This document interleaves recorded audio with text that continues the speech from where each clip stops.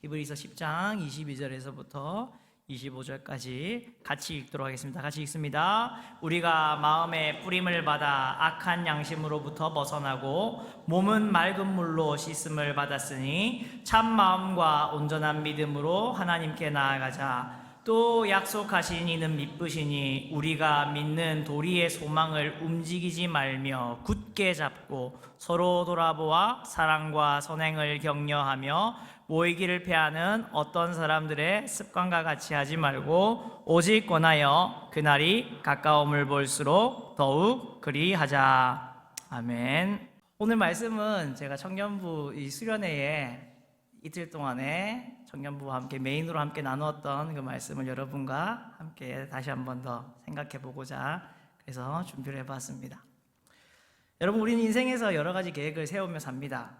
20대 때는 뭘 하면 좋겠다, 30대에는 뭘 하면 좋겠다, 40대에는 어떤 게 이루어졌으면 좋겠다, 50대에는 60대에는 이런 계획들을 이루어가면서 사시죠. 몇 살에는 결혼을 했으면 좋겠고, 몇 살에쯤에는 집을 장만했으면 좋겠고, 이런 인생의 플랜들을 우리는 많이 세우고 합니다. 근데 여러분, 그거 아십니까? 신약시대의 성도들은, 예수님의 승천 이후로 살아가고 있는 모든 신약시대의 성도들은 늘 종말을 기다리는 사람들이라는 것, 주님 오실 날을 기다리며 살아가는 사람들이어야 된다는 거죠. 자, 그럼 다시 한 번 더 여러분께 묻겠습니다.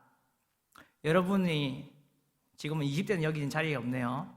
20대에 내가 주님 오신다면, 30대에 지금 시간에 주님이 오신다면, 40대에 주님이 오신다면, 50대의 시간에 주님이 오신다면, 60대에, 70대에, 80대에, 90대에, 아니 내일 당장 주님 오신다면 우리는 얼마나 주님을 맞이할 준비를 하고 있을까요? 인생의 여러 가지 계획들, 여러 가지 플랜들을 세워놓는데 20대에 주님이 오셨으면 나는 어떤 모습으로 주님을 맞이할까? 30대 이때에 젊음이 아직까지 꺼지지 않은 이때에 주님이 오셨으면 나는 어떤 모습으로 주님을 맞이할까? 40대에 가장 왕성한 그 나이 때에 주님이 오셨다면 나는 어떤 모습으로 주님을 맞이할까? 50대에 인생의 어느 정도의 모든 것을 겪고 지혜로움을 깨달았던 그 나이에 주님이 오신다면 나는 주님을 어떻게 만날까? 60대에 이제 황혼기를 준비해 가면서 그래도 여전히 주님을 향하는 그 마음을 가지고 있는, 바라보는 그 60대의 마음가짐으로는 나는 어떻게 주님을 만날까? 70대에, 80대에, 아니 이제 나의 생명이 얼마 남지 않은 90대, 100대라고 하더라도 나는 어떻게 내일 주님을 만날까? 우리는 과연 준비를 하고 있을까요? 오늘 말씀은 우리에게 그날이 가까이 오고 있다라고 이야기를 분명히 하고 있습니다. 그날이 가까이 오고 있다. 우리의 타임라인은 반드시 그 끝점이라는 것을 향해서 달려가고 있습니다. 오늘 2023년 2월 26일은 2026년 2월 25일보다 더 주님 오실 날에 가까워진 분명히 그러한 날입니다. 과연 우리는 얼마나 주님 오실 그날을 가까이 준비를 하고 대비를 하고 있을까요? 오늘 말씀은 우리에게 주님이 가까이 오음을 볼수록 우리는 두 가지를 준비해야 된다고 이야기를 합니다. 몇 가지요? 두 가지. 첫 번째 준비는 우리는 더 거룩해져야 된다는 겁니다. 근데 말씀은 우리를 보고 우리는 벌써 이미 거룩해진 사람들, 거룩해진 존재라고 분명히 이야기를 해주고 있습니다. 우리가 마음의 뿌림을 받아 악한 양심으로부터 벗어나고 몸은 맑은 물로 씻음을 받았다라고 우리에게 말씀해주고 있지요. 우리는 이미 마음에 예수 그리스도의 보혈이 뿌려져서, 그리고 주님께서 우리를 맑은 물로 깨끗하게 씻어주셔서 우리는 거룩하게 된 자들입니다. 이미 깨끗해진 자들입니다. 6월절에 베드로가 주님한테 주님 내 발뿐만 아니라 온몸도 씻어주십시오, 머리도 씻어주십시오 라고 말했을 때 주님이 말씀한 것처럼 이미 목욕한 자들인 우리들입니다. 이미 깨끗해진 우리들입니다. 그럼에도 불구하고 오늘 말씀은 이미 깨끗해진 우리들이지만 우리는 더 거룩함을 추구하고 사모하는 삶을 살아가야 된다라고 이야기를 해주고 있습니다. 베드로에게 말씀하셨죠. 이미 목욕한 자는 발밖에 씻을 것이 없느니라. 씻을 것이 뭐가 남아있다고요? 발이 아직까지 남아있습니다. 이미 일러준 말로 깨끗해진 제자들이었지만 그들에게는 아직 목욕해야 할, 아직 깨끗하게 씻어져야 할 발이 남아있었습니다. 어떤 사람들은 나는 이미 구원받았다고, 나는 이미 거룩한 사람이라고 그 거룩함에 취해서 자만해서 살아가는 사람들이 있습니다. 근데 여러분 잠언 30장 12절 말씀해 보면요, 우리에게 그렇게 경고합니다. 스스로 깨끗한 자로 여기면서도 자기의 더러운 것을 씻지 아니하는 무리가 있느니라 라고 이야기를 합니다. 스스로 깨끗한 자로 여기면서 자기의 더러운 것을, 아직 남아있는 씻어야 할 발을 씻지 아니하는 그러한 더러운 무리가 있다라고 이야기를 하고 있습니다. 주님이 가까이 오는 그날이 될수록 우리는 더 거룩해져야 가야 합니다. 우리는 더 거룩해야만 합니다. 우리를 날마다 더 정결하고 거룩하게 씻어 나가야 합니다. 여전히 남아있는 우리의 발을 깨끗이 씻는 삶을 살아가야 합니다. 그것이 주님 오셨을 때 우리가 두 발 벗고 주님을 맞이할 수 있는 부끄럽지 않은 모습일 것입니다. 깨끗한 모습으로 우리는 준비되어야 합니다. 그 깨끗한 모습을 오늘 말씀은 참 마음과 온전한 믿음이다라고 표현을 해주고 있습니다. 우리에게 참 마음과 온전한 믿음이 있어야 된다는 것이죠. 여러분, 참 마음이라는 것은 무엇일까요? 참 마음이라는 것은 무엇입니까? 참 마음이라는 것이 있다는 것은 가짜 마음도 있다라고 하는 거겠죠. 여러분은 하나님 앞에 정말 참 마음으로, 거짓이 없는 마음으로, 꾸밈이 없는 마음으로 여러분 하나님 앞에 서 계십니까? 비록 여러분이 하나님 앞에 나오실 때 화장도 해야 하겠고, 위장도 해야 하겠고, 변장도 해야 하겠지만, 그러나 우리의 마음만큼은 하나님 앞에 나아갈 때에 위장하지 않고, 변장하지 않고, 화장하지 않은 채로 나아갈 수 있어야 되지 않겠습니까? 물론 다음 주에 화장하고 오시지 말라는 말이 아닙니다. 시험에 들게 하지 마시고 다만 악에서 구하옵소서. 여러분, 우리가 다른 사람들을 만나기에 화장을 하지만 정작 하나님을 만나기 위해서는 우리의 마음속에 덕지덕지 화장되어 있던 것들을 깨끗하게 클렌징한 상태로 나아가야 되지 않겠습니까? 꾸밈이 없이 정직하게, 솔직하게 하나님 앞에 우리의 마음이 준비되어 있어야 되지 않겠습니까? 어느 때까지, 언제까지 하나님을 속이려고 그렇게 우리의 거짓된 마음으로 하나님 앞에 준비되어 있겠습니까? 이것이 더 거룩함입니다. 참 마음으로 준비되어 있는 것, 늘 참 마음으로 준비를 하는 것, 이것이 더 거룩한 삶입니다.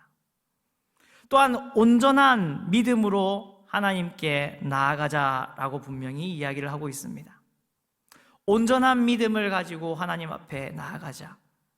하나님 앞에서 우리의 믿음은 단호하게, 확실하게 준비되어 있는가 말씀은 물어보고 있습니다.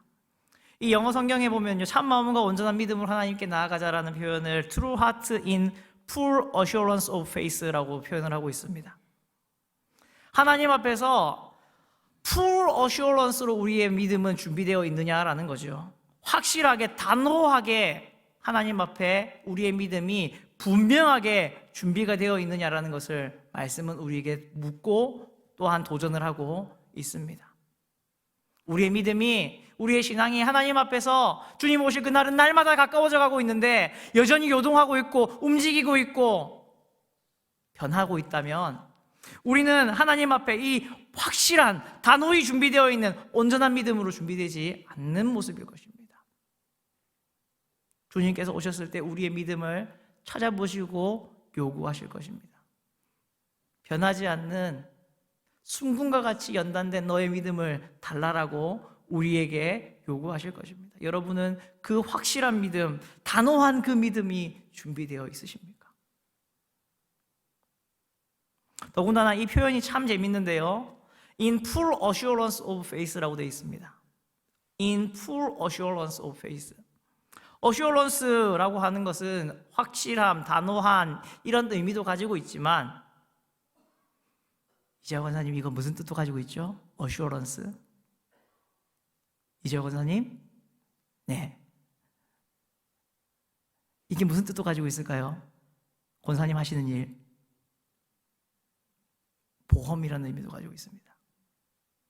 어슈어런스라고 하는 말이 다른 의미로, 다른 뜻에는 보험이라는 것도 있어요. 여러분 보험 한두 가지씩 다 들고 계시죠?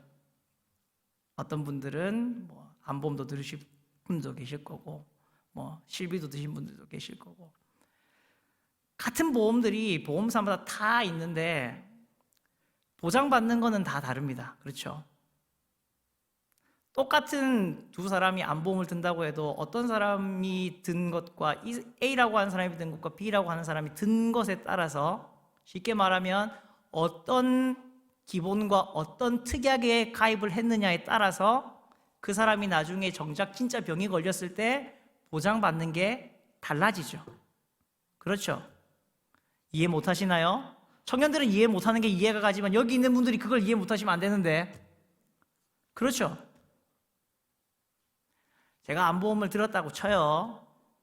그런데 그 암보험에서 다른 거 다 보장해 주는데 췌장암을 보장 안 해준다고 합시다.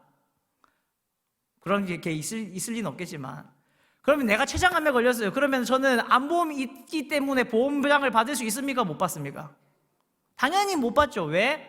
제 특약은 그게 없으니까, 조약이 없으니까, 어슈어런스가 되지 않기 때문에.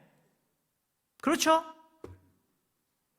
근데 오늘 말씀은 우리가 믿음을 풀 어슈어런스로 들어야 된다라고 이야기합니다.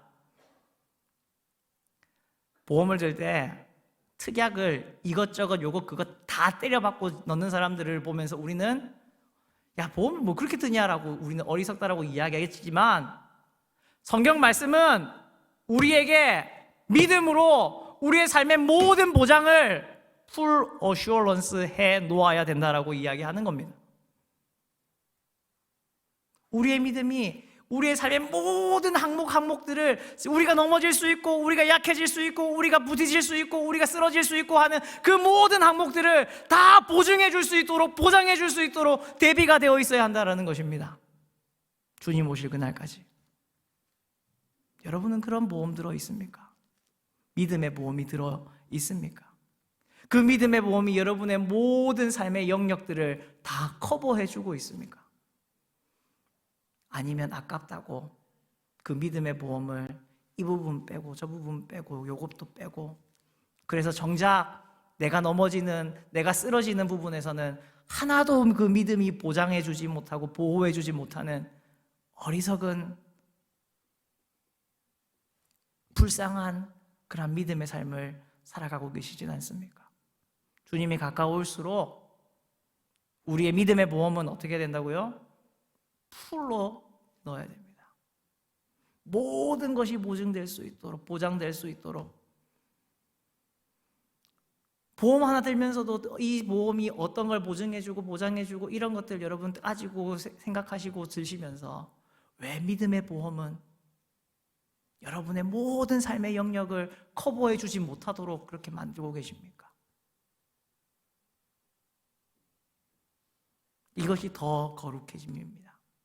주님 앞에 우리가 더 깨끗하게 준비되어 있는 것, 참 마음으로 준비되어 있는 것, 온전한 믿음으로 준비되어 있는 것, 우리의 마음이 성실하게 준비되어 있는 것, 우리의 믿음이 단호하게 준비되어 있는 것, 우리의 믿음이 우리의 모든 삶의 영역을 보증하고 보장하고 있는 것, 그것이 더 거룩한 삶으로 준비되는 삶입니다. 두 번째는 우리는 그날이 가까울수록 더 모여야 한다라고 말씀은 분명하게 우리에게 말합니다. 우리는 주님의 날이 올수록 더 모여야 합니다. 더 함께 해야 합니다. 오늘 말씀은 모이기를 패하는 어떤 사람들의 습관과 같이 하지 말고 오직 권하여서 그날이 가까이 옴을 볼수록 더욱 그리하자라고 이야기를 하고 있습니다. 여러분, 주님의 날이 가까이 오면 가까이 올수록 우리의 모임은 도전을 받게 될 것입니다. 방해를 받게 될 것입니다. 당연하다라고 주님께서는 그 말씀 그렇게 이야기를 해 놓으셨어요. 지난주에 말씀드렸죠. 우리의 앞에 기다리고 있는 믿음의 길은요, 신앙의 길은요, 환난과 고난이 준비되어 있는 길입니다. 모이기를 더욱더 어렵게 만들 그러한 일들입니다. 그러한 길들입니다. 그 속에서요, 많은 사람들이 우리의 모임을 모이지 못하도록 그렇게 말할 겁니다. 모이기를 패하도록 계속 우리를 유혹할 겁니다. 유도할 겁니다. 이끌어갈 겁니다. 그 속에서 우리는 어떻게 해야 되는가? 서로 돌아보라라고 이야기를 합니다. 우리의 모임이 계속 공격을 받지만 우리는 서로 돌아보는 사람들이 되어야 합니다. 우리 속에 있는 지체들을, 우리 속에 있는 이웃들을 계속 돌아볼 줄 아는 삶을 살아가야 합니다. 또한 그뿐만 아니라 우리는 모일 때마다 사랑과 선행을 격려하는 삶을 살아가야 합니다. 교회라는 게 참 이상한 조직입니다. 모이면 모일수록 잘했다라고 하고 칭찬하고 그렇게 하지 않고 뭐만 해요? 혼만 냅니다.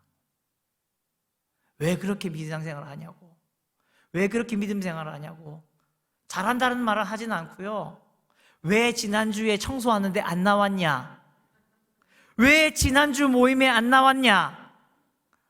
그런 것만 지적하죠. 그러다 분명히 오늘 말씀은 우리에게 서로 돌아보면서 사랑과 선행을 격려하자라고 이야기하고 있습니다. 우리 형제 자매들 속에 있는 작은 사랑, 작은 선행들을 우리는 모일 때마다 격려하는 사람들이 되어야 합니다. 여러분, 좀 모일 때마다 잘한다라고 좀 해주십시오. 그게 그렇게 돈이 많이 듭니까? 그게 그렇게 아깝습니까? 사랑과 선행을 격려하는 것이 그렇게 너무나 어렵습니까? 그렇게 말하면서 어떻게 사랑한다라고 입으로 고백을 하십니까?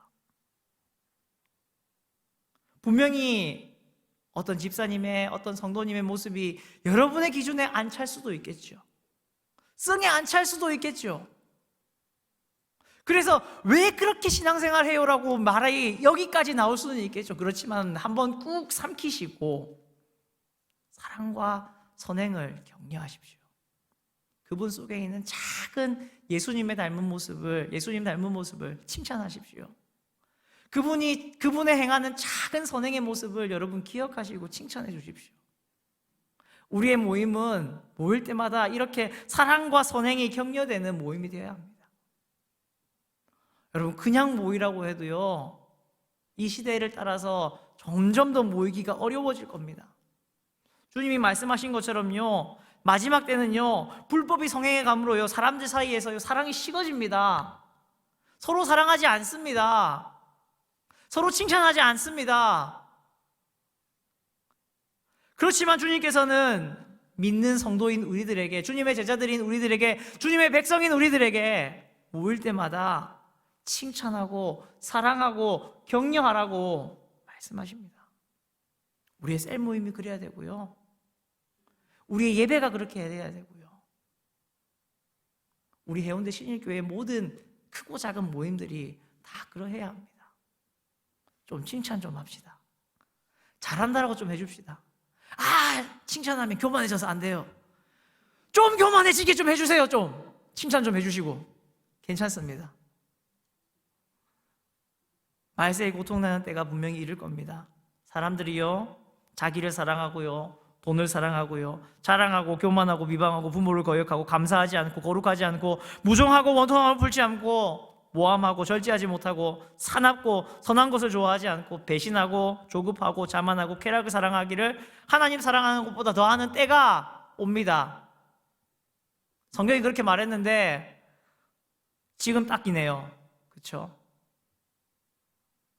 지금 딱 그 모습이네요. 이게 말세에 고통하는 때의 모습이라고 합니다. 그날이 여러분 가까이 오고 있습니다. 더 가까이 오고 있습니다. 그럴 때일수록 우리는 더 모여야 합니다. 꼭 모이기를 깨트리는 사람들이 있습니다. 모이면 불평하고, 모이면 원망하고, 모이면 시비를 걸고, 그래서 모임을 꼭 깨트리는 사람들이 있습니다. 그리고 꼭 그 사람들의 행동만 보고 상처를 입고 낙심하고, 그래서 모이기를 피하는 행동에 동참하는 사람들도 있습니다. 오늘 말씀은 그 사람들의 습관을 쫓아가지 말라라고 합니다. 그 사람들의 습관을 쫓아가지 마라. 그 사람들의 행실을 쫓아가지 마라. 우리에게 권면하고 있습니다. 우리는 말세가 가까울수록 더 모이는 공동체가 되어야 됩니다. 모일수록 칭찬하고, 모일수록 사랑하고, 모일수록 더 돌아보는 그러한 공동체가 되어야 합니다. 25절의 말씀을 새번역 성경과 쉬운 성경은 이렇게 번역을 해놨습니다. 새번역 성경에서는 어떤 사람들의 습관처럼 우리는 모이기를 그만하지 말고 서로 격려하여 그날이 가까워 오는 것을 볼수록 더욱 힘써 모입시다. 이렇게 이야기합니다. 쉬운 성경에서는요, 어떤 사람들이 하는 것처럼 교회의 모임에 빠져서는 안 됩니다. 그날이 가까이 다가오는 것을 볼수록 함께 만나며 서로를 격려해야 할 것입니다. 이렇게 이 말씀을 번역하고 있습니다.